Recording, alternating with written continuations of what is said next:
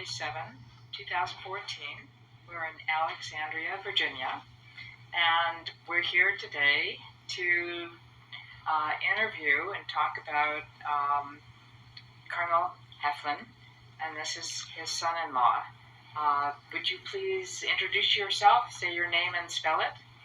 My name is Daryl Dvorak. This is D as in David. I finally began to find pieces of information, but they were simply pieces of information. I think there were some records that I didn't get access to. You recently did an oral interview with, and I'm happy to say that I only recently discovered sufficient evidence that to me showed that Parsons and my father-in-law had a pretty good relationship.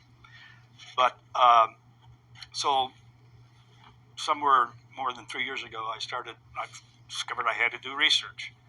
And the possibility that in this case, and it may be singular, in this case, my father-in-law was not only commander of he not only operated this 1.8 million acre largest gunnery and bombing site in the world, but he also was responsible for two operational units that played the key role working with Los Alamos in weaponizing, is a word I sometimes use, weaponizing Los Alamos research. In other words, taking the research and translating that into effective weapons that could be used. Had a role in Manhattan, but he hadn't quite figured out what it was. He never mentioned Heflin in the biography of Groves. So when I got back home, I emailed Stan. He didn't know me. I emailed him, and I enclosed copies of just two of the documents that were in his files that I thought would get his attention. And I asked if he would kindly spend some time with me. And I promised I wouldn't take more than an hour of his time. He's in Washington at the Federation of American Scientists, downtown Washington. And I sent in advance. I sent him a little out into all this. But in looking back, what strikes me is that in this 31-year career that Colonel Heflin had, that Big Daddy had, the first 8 years or so, it was almost like a straight line. It was that led directly to what I'm going to say, what Groves was looking for.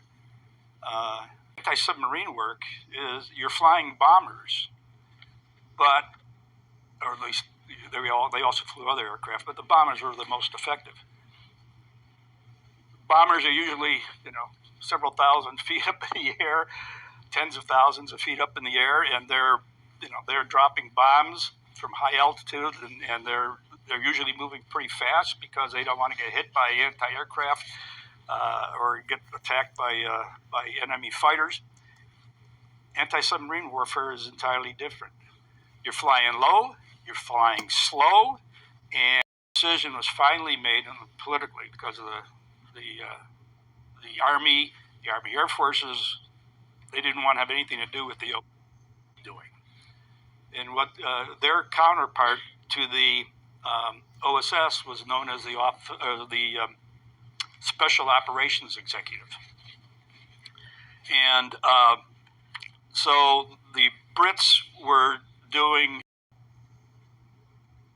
Heflin had to organize the effort. And to boil it down, the characteristics of what he did, it was a top secret unit. The carpetbaggers were a top secret unit. The French were wild. Heflin, during that period, was promoted to colonel, full colonel. At one point, he was the youngest colonel in the Army Air Forces. He wasn't by the end of hostilities, but for a brief time, he was the youngest. It really got off the dime in January, where Heflin created two new units. One was the flight test section, which flew the drop test missions, and directed their part of the conversion of the B-29s to be able to carry the bombs, and then what was called the by this time, let's say the second bomb was dropped August 9th on Nagasaki. By a month later, Heflin had already been notified he was going to take over as CO, commanding officer of the Roswell Army Airfield in New Mexico, which is where the 509th was going to return. They weren't going to return to Wendover. They were going to return to Heflin and the 216th weren't known, besides the fact that they obliterated the ordnance history from the Smythe report, is that 4 autobiographies. Now, what role he played? He never ceremony, and he was awarded what is considered to be the number 3 top award in the Air Force. Top would be the Medal of Honor. Next would be the Distinguished